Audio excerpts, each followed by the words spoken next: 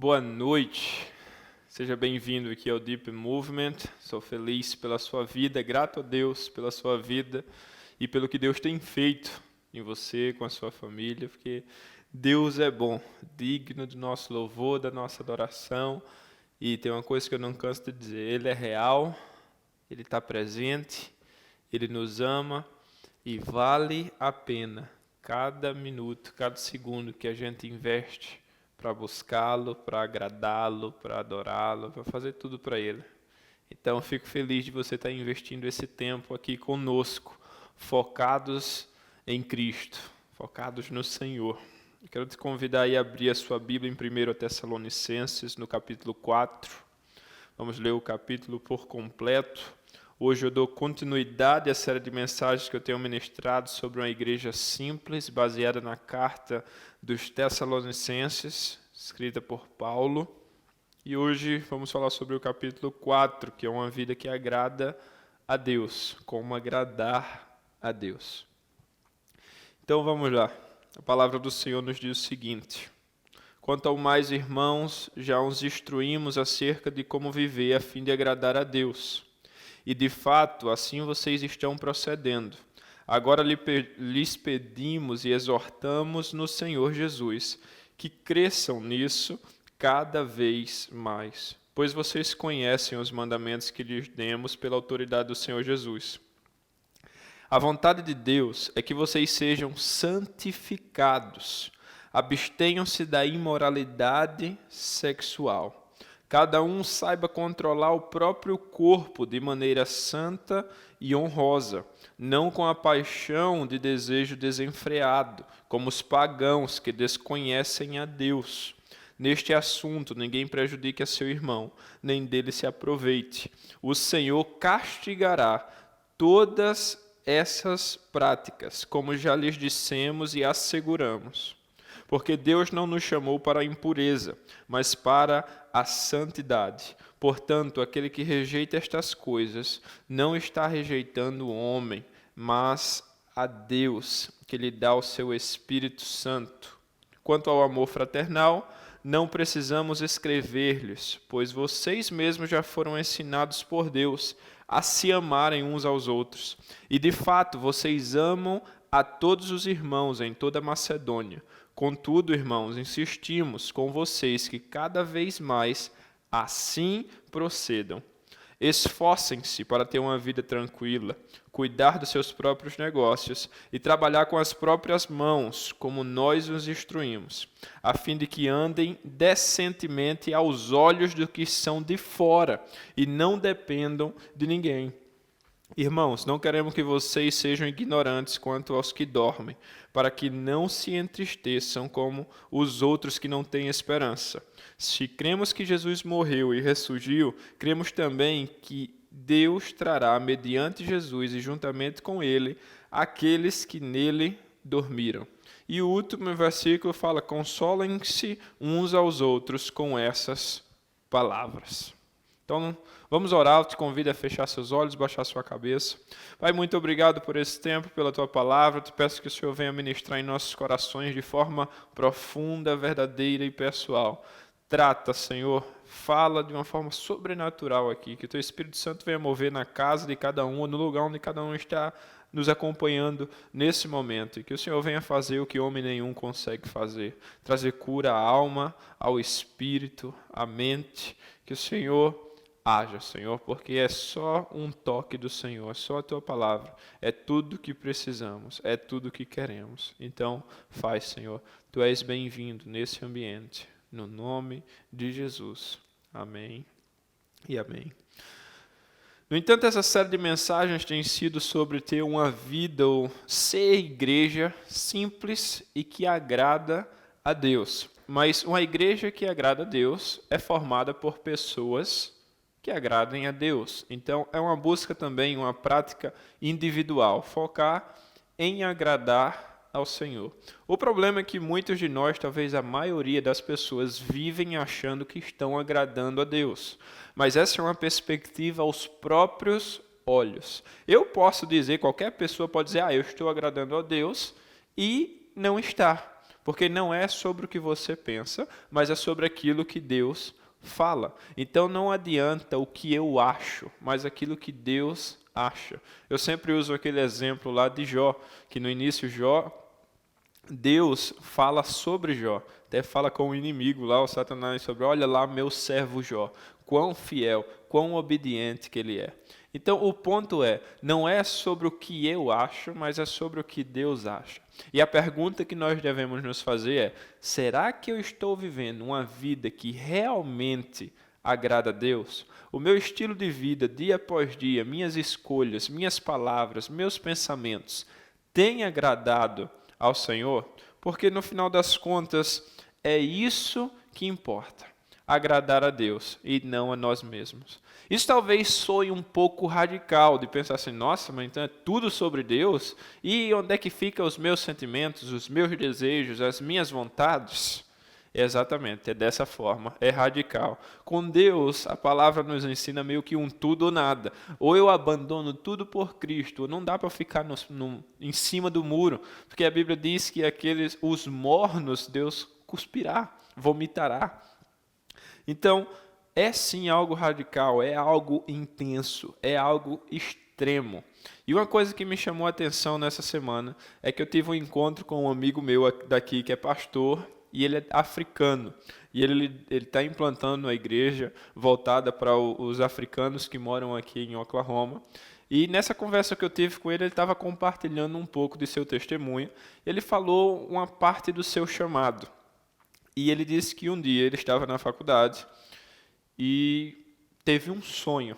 Naquele sonho ele ouvia Deus falando com ele e fazendo para ele uma pergunta. E a pergunta era, você quer ser meu escravo?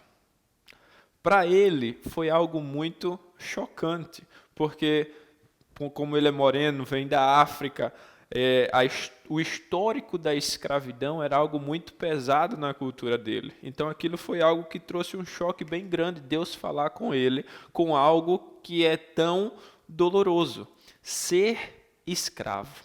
E ele me disse que mesmo sendo algo em choque, a resposta dele foi, sim, Senhor, eu quero ser teu escravo. Então, depois de ouvir aquilo, comecei a meditar um pouco pensando naquilo, mas eu fui para a palavra.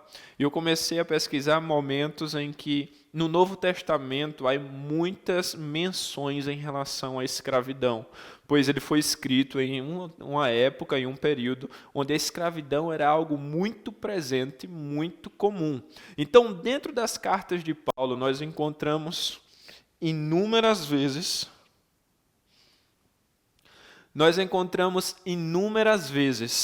Paulo falando sobre a escravidão.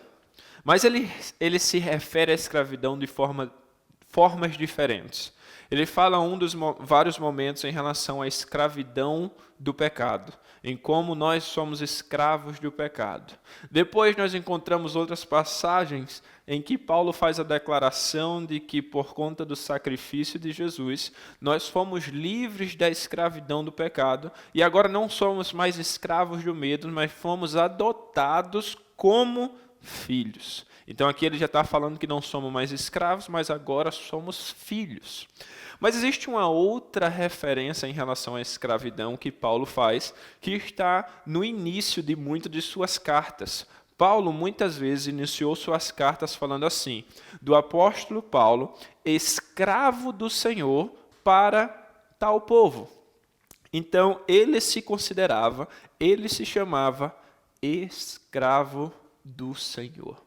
E uma característica, a relação desse ponto escravo, é porque um escravo, ele não vive para si mesmo, ele vive voltado para o seu Senhor. E é exatamente esse o ponto que eu estou falando aqui sobre agradar a Deus. É quando eu entendo que a minha vida não é sobre mim mesmo, não é sobre as minhas vontades, os meus pensamentos, os meus objetivos, mas é sobre o meu Senhor. É tudo sobre Ele. Meus pensamentos têm que ser sobre Ele, o meu dia a dia tem que ser sobre Ele, minhas escolhas sobre Ele, o meu trabalho sobre Ele. É tudo sobre Ele. Então, realmente, é algo intenso. Viver para o Senhor é o que Ele espera de nós, que nós tenhamos nossos corações completamente nele. É por isso que o primeiro e maior mandamento é amar ao teu Deus acima de todas as coisas. E o segundo ao próximo como a ti mesmo. Então, é um amor intenso, é uma vida intensa, é algo que soa assim radical. Então, eu quero tratar um pouco desse ponto escravos. Porque muitas vezes, quando nós falamos sobre o cristianismo, sobre a vida com Cristo, muitas vezes focamos simplesmente numa cena e uma perspectiva linda. Nossa, eu sou filho, então eu sou herdeiro, então eu tenho direitos. E muitas vezes fica de lado a questão da minha obrigação, a questão de não é sobre meus direitos, é também sobre os meus deveres, sobre aquilo que Deus espera de mim. E Paulo, ele deixava muito claro isso, ele falava que ele não estava procurando direitos como cristão, ou direitos por estar compartilhando as boas novas de Cristo.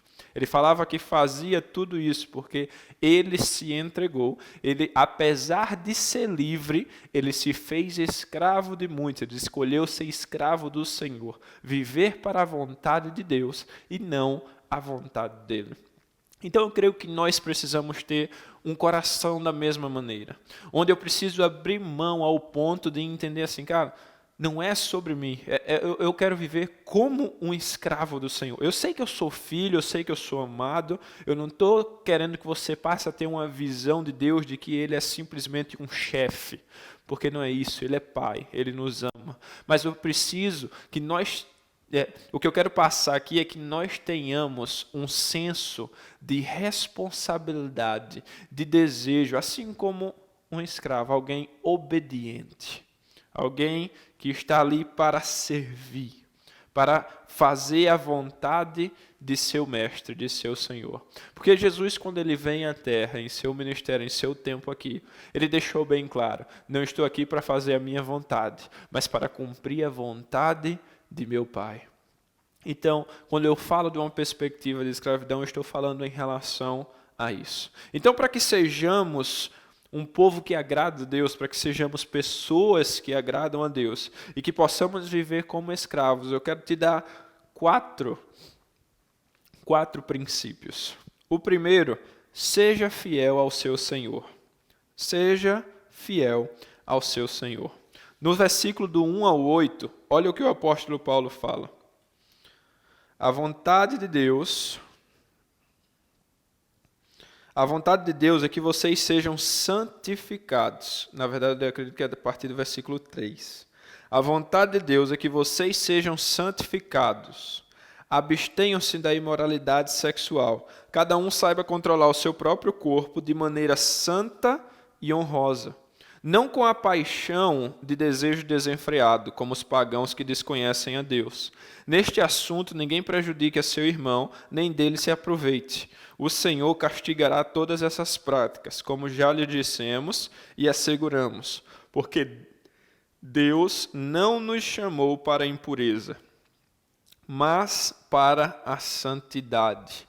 Portanto, aquele que rejeita estas coisas não está rejeitando o homem, mas a Deus, que lhes dá o seu Espírito Santo.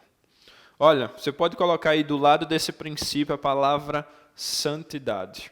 Que santidade tem a ver com ser fiel a apenas um Senhor. Quando eu falo sobre sermos escravos, eu estou falando sobre sermos escravos de apenas um Senhor. Eu tenho apenas um Deus, um Senhor. Só existe um a quem eu sigo as ordens, um ao qual eu quero agradar, ao que eu quero obedecer. Não posso ter vários senhores.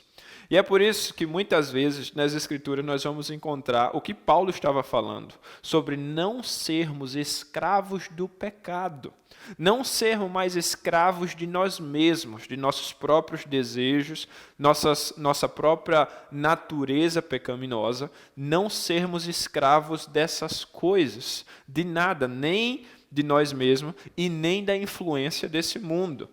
eu escolho ser escravo do Senhor. Eu quero ter minha vida totalmente voltada para Ele. E daí então é que vem o ponto santidade, porque o santidade tem a ver com ser separado, com ser exclusivo. Ou seja, eu estou declarando, eu preciso ter uma vida que mostre que eu sou propriedade exclusiva de Deus. Então, eu não posso pertencer a Deus e ao meu pecado ao mesmo tempo. É um assunto que eu bato muito na tecla, porque a Bíblia deixa bem claro, não tem como eu amar a luz e as trevas. Não tem como eu amar a Deus e ao pecado ao mesmo tempo. Aquele que ama as trevas odeia ao Senhor. É o que fala lá em Provérbios. Então, eu preciso ser escravo de apenas um Senhor, ser fiel ao meu Senhor. Ele é o único. E por isso eu rejeito todas as outras coisas. Eu rejeito aquilo que não agrada ao meu Senhor. Eu rejeito a escravidão da minha carne, porque a minha carne está me chamando, me convidando para a imoralidade sexual, para os desejos da preguiça, do conforto, está me chamando para viver para mim. Mas o meu Senhor me chamou para outra coisa. Então eu vou dizer não para essas coisas, para eu ser apenas do Senhor. Então o que eu tenho para te dizer hoje, eu quero te lembrar de algo. Para de viver uma vida dividida, onde você diz que quer estar com Deus, mas ao mesmo tempo está vivendo escravo dos seus pecados.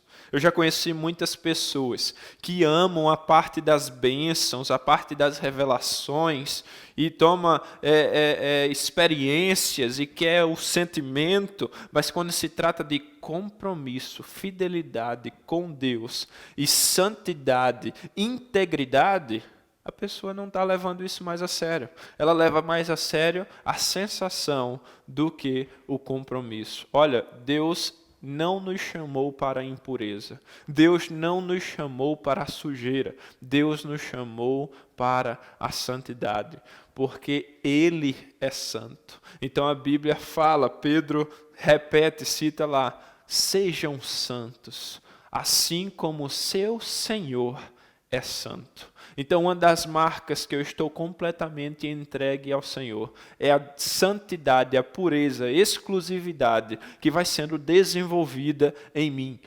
O meu estilo de vida vai passando a ser de forma que agrade ao Senhor. E aquilo que é sujeira, aquilo que é pecado, vai ficando para trás, vai sendo abandonado. Mas só existe um meio disso aqui ser possível. É por meio do sacrifício de Jesus. Jesus pagou um alto preço para que nós pudéssemos ser livres da escravidão do pecado. Jesus pagou um preço para que nós fôssemos livres da escravidão do pecado. Então, não existe mais a desculpa de eu dizer assim, mas eu não consigo. Se eu disser que eu não consigo, que eu vou passar a minha vida inteira em determinado pecado, eu estou dizendo que o sacrifício de Jesus não foi suficiente. Olha, o que Jesus fez naquela cruz, o preço que Ele pagou, foi suficiente para você ser lavado e gerar em você uma nova vida, a vida de Cristo em você, uma vida em santidade. Então, começa a rejeitar todo o pecado sobre a sua vida, o amor ao dinheiro, o amor ao conforto, o pecado da carne, o pecado na sexualidade, o sexo fora do casamento, antes do casamento, tudo que é distorção do padrão de Deus, rejeite.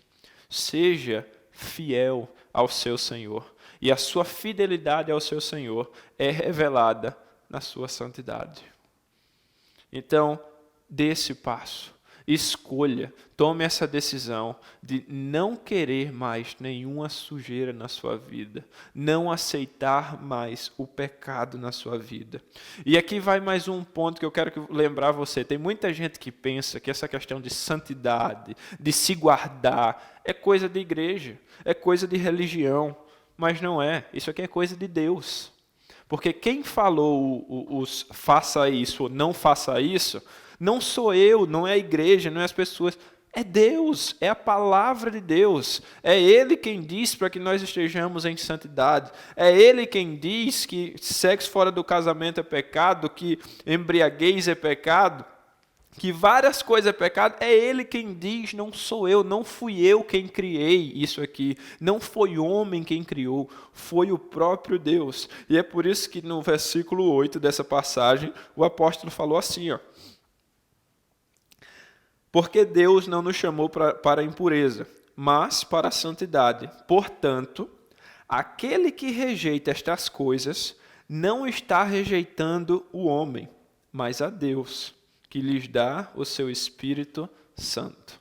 Então, viver no pecado não é rejeitar a igreja, o pastor, o sistema, é rejeitar a Deus. Escolher viver o pecado é rejeitar o próprio Deus. Então o pecado não é coisa para se brincar. Tem gente que se afastou da igreja porque na igreja foi confrontado em relação ao pecado. E essas pessoas muitas vezes acham, eu me afastei da igreja, não foi de Deus. Mentira. É aí que você se engana. Você se afastou de Deus, não foi da igreja. A igreja é simplesmente uma ferramenta do Senhor, que é usada muitas vezes sim para confrontar, para nos apresentar a verdade. Então, entenda que a questão santidade não é algo entre você e a igreja, é algo entre você e Deus. Então, quando você rejeita a santidade, você está rejeitando o próprio Deus. Quem escolhe o pecado, rejeita a Deus. Agora, quem escolhe a Deus, rejeita ao pecado. É aí onde vem o arrependimento e a mudança, a transformação. Porque arrependimento não é sobre chorar, não é só sobre pedir desculpa, mas arrependimento é sobre deixar algo para trás e mudar. Então, seja alguém fiel ao seu Senhor. O segundo princípio que eu quero compartilhar com você: ame aquilo que pertence ao seu Senhor. Ame aquilo que pertence ao seu Senhor. No versículo 9 e 10, o apóstolo fala o seguinte: quanto ao amor fraternal, não precisamos escrever-lhes, pois vocês mesmos já foram ensinados por Deus a se amarem uns aos outros, e de fato, vocês amam a todos os irmãos em toda a Macedônia. Contudo, irmãos, insistimos com vocês que cada vez mais assim procedam. Olha, o que Paulo está ensinando aqui é falando assim, ó, por amar a Deus, você vai amar aquilo que Deus ama, pessoas, mas ele dá um destaque aqui em relação à igreja, aos irmãos, porque a igreja não é um sistema, não é um prédio, mas é o ajuntamento dos santos, é a família de Deus, é o amar os irmãos na fé, ao ponto de decidir compartilhar a minha vida, viver com outros. Não apenas se juntar no domingo, mas ter verdadeiramente uma vida compartilhada. E aqui vai uma questão que é uma marca de um escravo. Um escravo, ele não tem aquele direito de ficar amando as suas próprias coisas. Ele tem que se voltar e ter prazer no seu Senhor. Ou seja, o prazer, o que o escravo ele vive, não é para construir algo para si mesmo, mas para construir algo para o seu Senhor. E aí é onde que entra essa questão da igreja.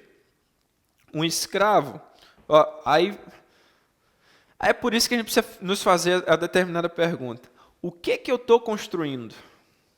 O que eu estou construindo? Eu estou construindo o meu reino ou o reino de Deus?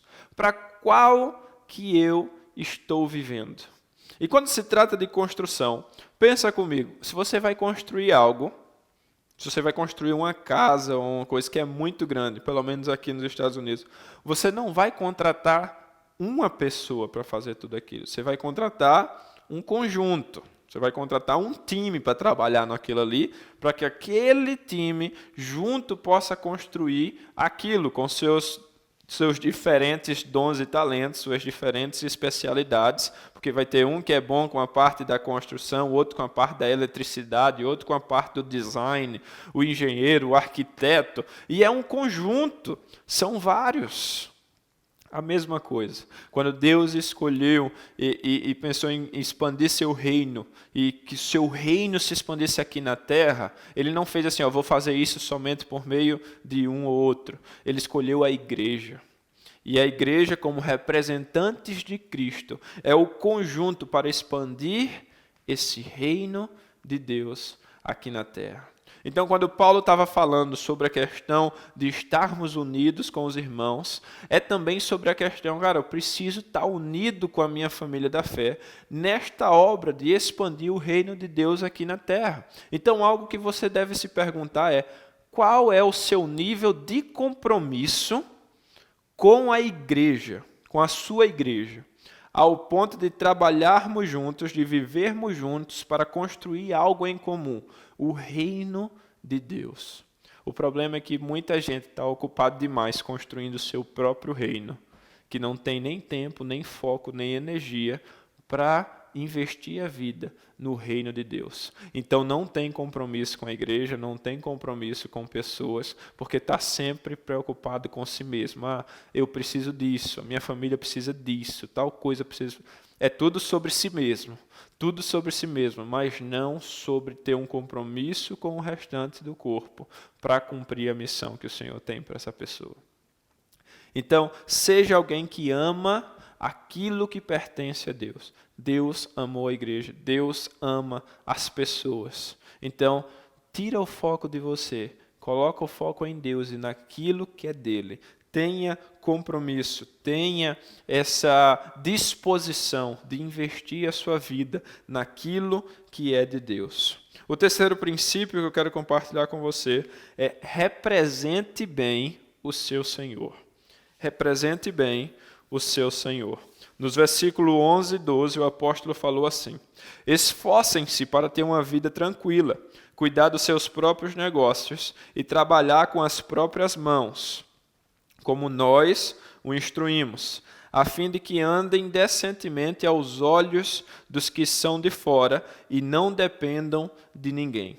Então, o final dessa passagem traz essa parte de andem decentemente aos olhos dos que estão de fora. Ou seja, dê um bom testemunho, dê um bom exemplo. Mas antes de eu falar sobre isso, eu quero falar sobre o início, o começo desse versículo, que fala assim, esforcem-se para ter uma vida tranquila. Esforcem-se para ter uma vida tranquila. Muitas vezes há um erro ao entender essa questão de vida tranquila.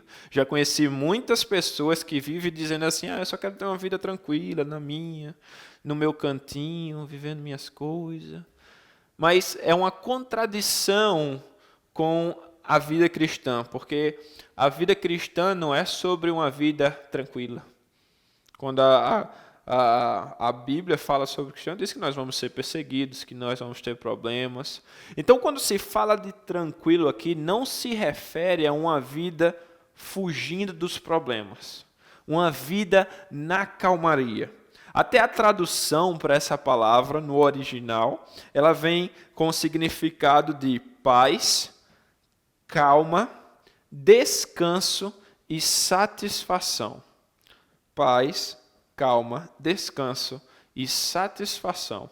São as palavras que traz significado para essa palavra que está dizendo aqui de tranquilidade. Então, aqui não é sobre fugir de problemas, mas é sobre você ter uma vida tranquila onde você não é o causador de problemas. Guarda isso. Ter uma vida tranquila não é sobre ter uma vida, sobre fugir dos problemas, se isolar para estar na calmaria. Porque Paulo e os apóstolos, eles não estavam fugindo de problemas. Porque eles estavam continuando pregando o evangelho, fazendo discípulos, plantando igreja, apesar da perseguição, apesar das dores, apesar dos problemas que estavam sendo causados por causa daquilo ali. Mas eles não eram problema. Então eles não fugiam do problema, mas eles também não eram os causadores do problema. O ponto aqui é, se você tem essas marcas que eu acabei de falar sobre a definição ou significado para a palavra tranquilidade, que é falar mais uma vez, paz, calma, descanso e satisfação. Uma pessoa que tem essas marcas, ela não vai ser um causador de problema. Essa pessoa vai ser alguém que resolve problemas.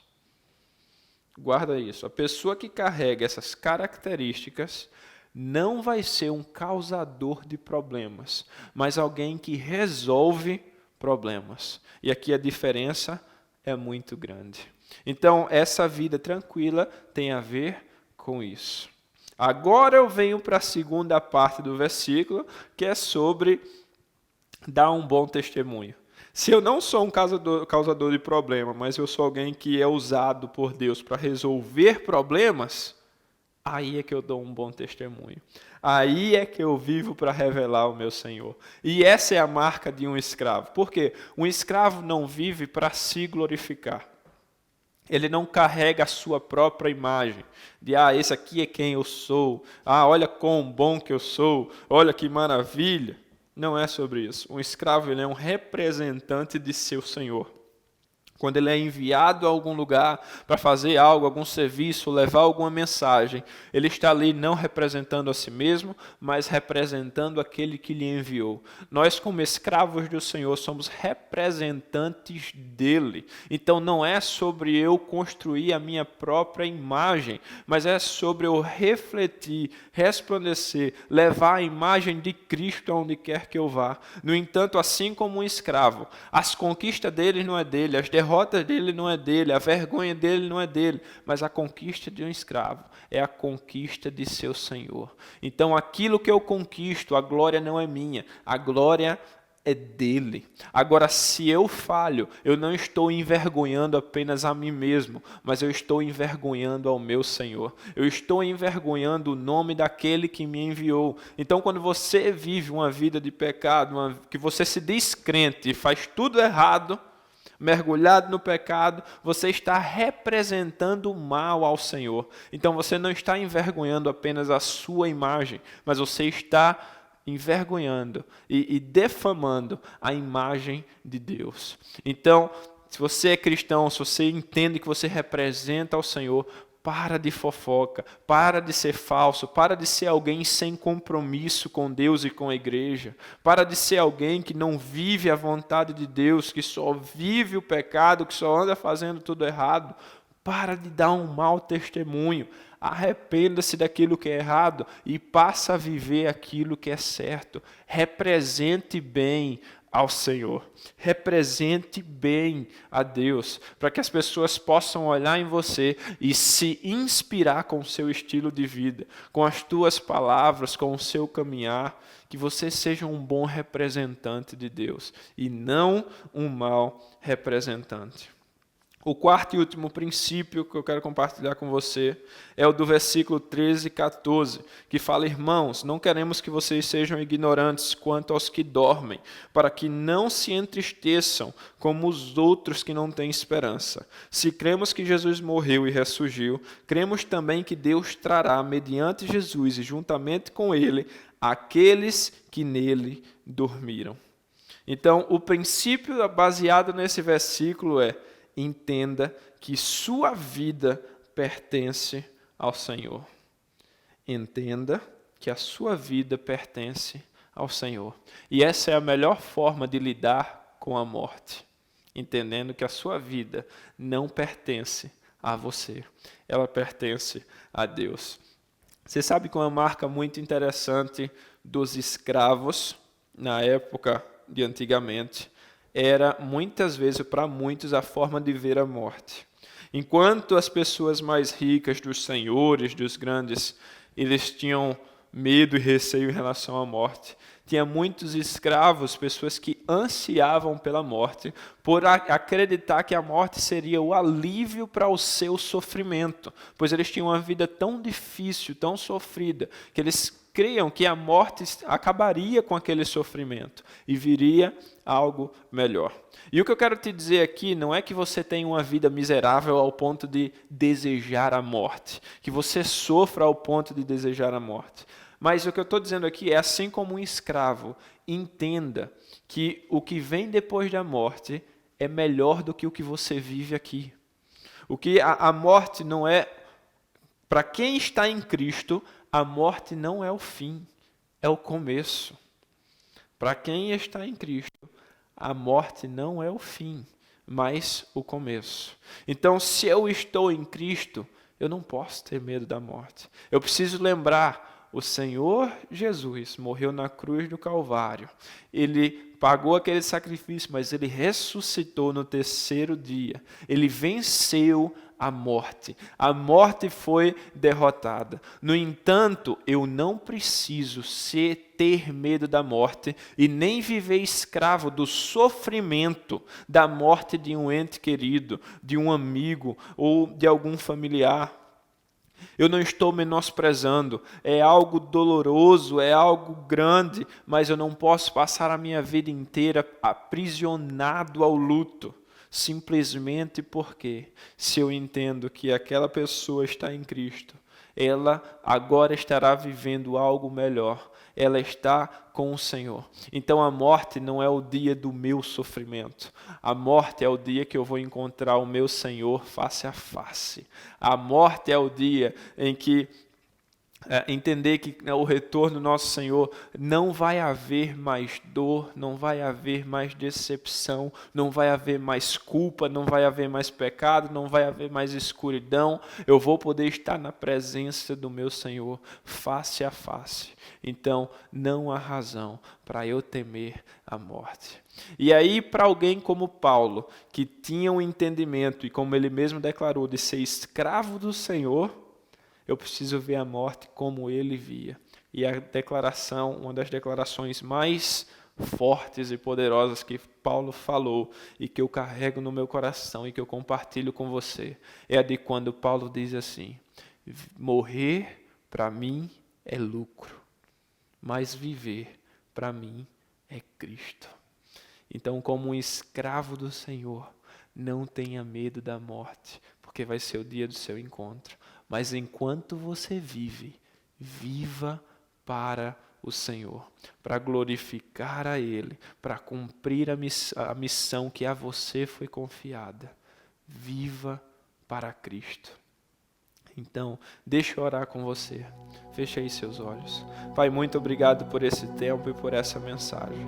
Que o Senhor, teu Espírito Santo, continue ministrando poderosamente no coração de cada um. E que no meio dessa semana, o teu Espírito Santo continue martelando na mente e no coração de cada um com essa mensagem, gerando muitos frutos, transformação completa, Senhor. Nós possamos viver e entender essa mensagem da forma que o Senhor deseja. Que nós sejamos escravos do Senhor. Que vivamos somente para Ti, inteiramente fiéis, obedientes, focados na Tua vontade, naquilo que é Teu, e não em nós mesmos. Então abençoa a vida de cada um aqui, Senhor. Que o amor de Deus o Pai, a graça salvadora de Jesus Cristo e as eternas consolações do Espírito Santo sejam derramadas sobre todo o povo de Deus espalhado na face da terra, mas sobre a vida dessa igreja, sobre a vida de cada um que está acompanhando nesse momento, hoje e para sempre. No nome de Jesus eu os envio para a melhor semana até aqui. No nome de Jesus. Amém e amém. Que Deus abençoe a sua vida, a sua semana e até a próxima. Se você foi abençoado por esse tempo e deseja investir no nosso ministério para que possamos abençoar e alcançar mais vida, você pode estar ofertando e também dizimando com o QR Code que está aqui na tela. Deus abençoe a sua vida.